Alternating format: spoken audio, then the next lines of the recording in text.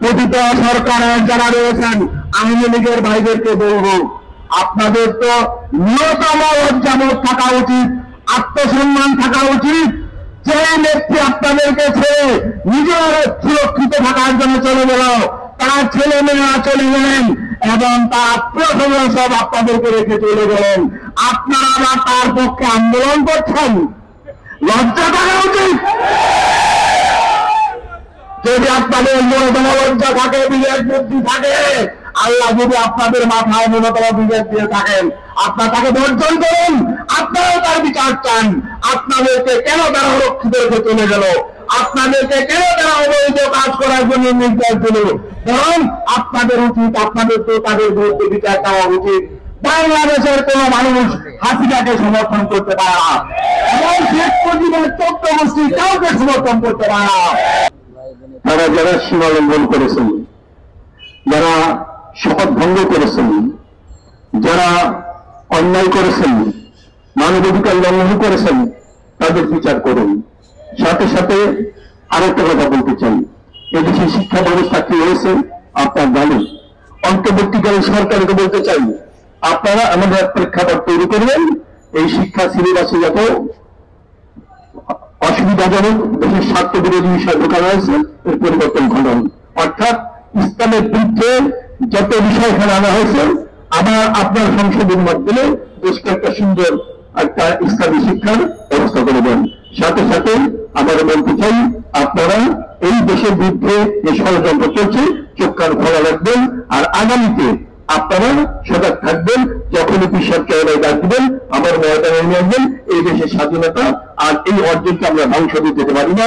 আল্লাহ সবাইকে তৌফিক দান করবেন। আমিন। আলহামদুলিল্লাহ, 5ই আগস্ট দ্বিতীয়বার দেশ স্বাধীন হয়েছে।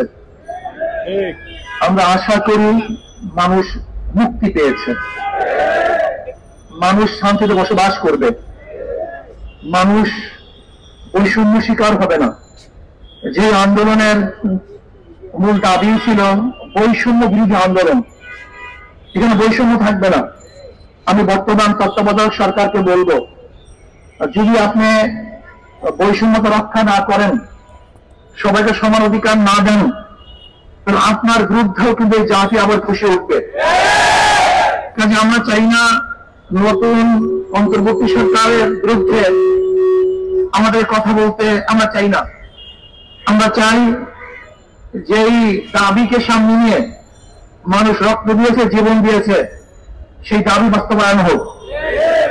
মানুষ সাম্য, মানবিক মর্যাদা, সামাজিক ন্যায় বিচার প্রতিষ্ঠিত হোক।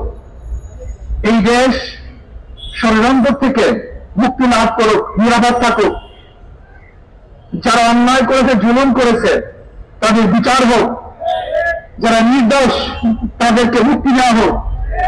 আমরা ইদানিং দেখতে পেয়েছি এই সুযোগে চিহ্নিত সন্ত্রাসীরাও জেলখানা থেকে মুক্তি পাচ্ছে। আমরা এটা দিতে চাই না। আমরা চাই অন্যায়কে অন্যায় বলবো, ন্যায়কে ন্যায় বলবো। যারা অন্যায় করছে আমরা তাদের বিরুদ্ধে, যারা ন্যায় করবে আমরা তাদের পক্ষে। আমি প্রত্যেকটা দলের লোকদেরকে অনুরোধ করব, দলের পক্ষ না করে ন্যায়ের পক্ষে থাকুন। যে ন্যায় করবে আমি তার পক্ষে, যে অন্যায় করবে আমি তার বিপক্ষে। যদি নীতি আদর্শের আলোকে আমরা চলতে পারতাম, তাহলে দেশের অবস্থা এরকম হতো না। আপনারা দেখেছেন যারা বিবেকবান মানুষ, যারা মানুষ গড়ার কারিগর, সেই প্রতিষ্ঠানগুলির প্রধানদের অবস্থা কি দেখেছি আমরা, ভিসিদের অবস্থা কি দেখেছি, প্রফেসরদের অবস্থা কি দেখেছি, নীতি বিবর্জিত সম্প্রদায়কে আমরা দেখেছি, যারা বিগত সরকারের হাজার অন্যায়কে সাপোর্ট দিয়েছে, যারা বিগত সরকারের হাজারো খুনকে গোপন করেছে, যারা বিগত সরকারের হাজারো জুলুমকে মাটি চাপা দিয়েছে। এটা বিজেপির কাজ নয়। যদি সেই সময় কি আমরা সবাই অন্যায়ের বিরুদ্ধে রুখে দাঁড়াতাম, অন্যায় প্রতিবাদ করতাম, তাহলে আজকে শেখ হাসিনা ফেরাউনের দরজা পুষত না। অনেক আগে সংশোধন হয়ে যেত, কিন্তু আমরাই তাদেরকে, আমরা তাদের এই জুলুম অত্যাচারে স্বীকার করার কারণে আজকে শেখ হাসিনা এবং তার দলের অবস্থা এই পর্যন্ত পৌঁছছে। আজকে যারা অন্তর্বর্তীকালীন সরকার আছেন, আমি অনুরোধ করব, যারা এখনো ওলামায়ে কেরাম, কিছু ওলামায়ে কেরাম আছেন যারা নির্দোষ জেলে ঢুকে ঢুকে মরছে, তদন্তের ভিত্তিতে আপনি তাদেরকে মুক্তি দান করেন। আর যারা অন্যায়কারী তাদেরকে কিন্তু আবার এই ফাঁকে ছেড়ে গেলেন না, তাহলে দেশ কিন্তু আবারও সন্ত্রাসের শিকার হবে। আজকে বিডিআর হত্যায় বহু বিডিআর যারা অন্যায়ের সাথে জড়িত ছিল না, যারা অন্যায় করে নেই, গুলি চালায় নেই, এই হাজারো বিডিআর আজও জেলখানায় ঢুকে ঢুকে উঠছে। আমি অন্তর্বর্তীকালীন সরকারকে বলবো, আপনি আবারও দ্বিতীয়বার শেখ হাসিনা সরকার সময় যে বিডিআর ভাইদেরকে অন্যায়ভাবে সাজা দেওয়া হয়েছে, তাদের ব্যাপারে আবার নির্দিন করে তাদেরকে যারা অপরাধের সাথে জড়িত না তাদের মুক্তি দেওয়ার ব্যবস্থা করুন। আজকে যার বক্তব্য দেখলাম, এদেশের সংবিধান রক্ষা করার জন্য সে ভারতকে আহ্বান করেছে। যেই ভারত আপনাদেরকে রক্ষা করতে পারেনি, সেই ভারত আমাদের দেশের সংবিধান কিভাবে সংশোধন করবে? না, আমরা অন্য কোন দেশের হস্তক্ষেপ আমাদের দেশের সংবিধান সংশোধনের জন্য চাই না। আমাদের দেশে অঙ্গীকারী কোন বিষয় কোন রাষ্ট্রের হস্তক্ষেপ আমরা চাই না। আমাদের দেশের সমাধান, সমস্যা সমাধান এদেশের জনগণ করবে, অন্য কেউ করতে পারবে না। যদি আহ্বান করে আমরা মনে করব তারা দেশদ্রোহী, তাদেরকে বিচারের আওতায় আনা উচিত। আজকে হিন্দু সম্প্রদায় মিছিল মিটিং করতেছে, মন্দিরে আগুন দেওয়া হয়েছে, অমুক নির্যাতন করা হয়েছে। আমি বলবো, কোন হিন্দু সম্প্রদায়ের মন্দিরে কোন ব্যক্তিকে আক্রমণ করা হয় নাই, আগুন দেওয়া হয় নাই। বরং এদেশের 99% হিন্দু তো আওয়ামী লীগ করে, তারা তো আওয়ামী লীগের লোক। আওয়ামী লীগের হাজারো মুসলমানদের উপরে যদি আক্রমণ হলে সেটা সাম্প্রদায়িক আক্রমণ না হয়, আওয়ামী লীগের কারণ হিন্দুদের আক্রমণ করলে সেটা সাম্প্রদায়িক হবে কেন? আজকে হিন্দু সম্প্রদায়কে সামনে না নিয়ে আবারও দেশকে ধ্বংস করার নীল একটা নকশা আঁকা হয়েছে।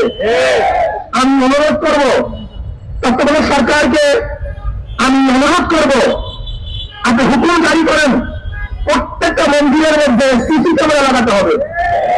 প্রত্যেকটা মন্দিরে সিসি ক্যামেরা থাকবে।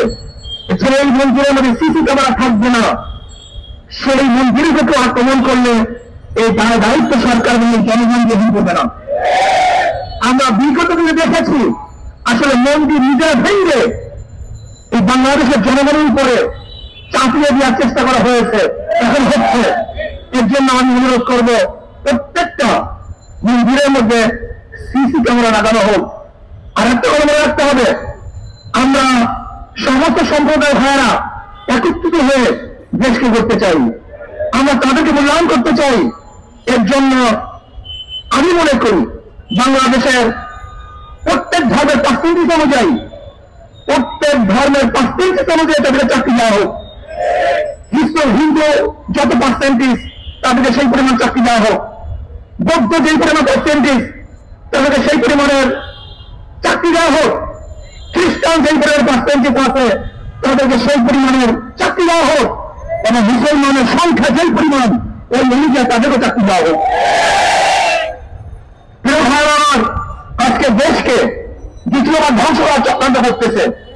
আমরা সজাগ আছি, আমরা আন্দোলনে ছিলাম, সামনের কাতারে ছিলাম, আমাদের ভূমিকা ছিল সর্বোচ্চ ভূমিকা ছিল, সবার সাথে আমরা ছিলাম। দেশ রক্ষার জন্য আমরা ইনশাল্লাহ হাতি থাকবো ইনশাআল্লাহ। কাজী কোন ষড়যন্ত্র থেকে আমরা কোনো অবস্থার উৎসাহ বুঝে থাকবো না, নিরাশ থাকবো না, ঘুমিয়ে যাবো না, বরং সজাগ থাকতে হবে। তাহলে আসুন আমরা দেশকে রক্ষা করার জন্য সামনে অগ্রসর হই, এই দেশকে বাঁচানোর চেষ্টা করি, দেশকে সুন্দর করার চেষ্টা করি। আর ছাত্রদেরকে বলবো যে খবরদার আমাদের কর্মকাণ্ডে যেন মানুষ আমাদের উপরে অসন্তুষ্ট না হয়, সে চিন্তা আমাদের করতে হবে। আল্লাহ আমাকে আমাদের সবাইকে কবুল করে নেন। এখন আমরা মিছিলে অংশগ্রহণ করি।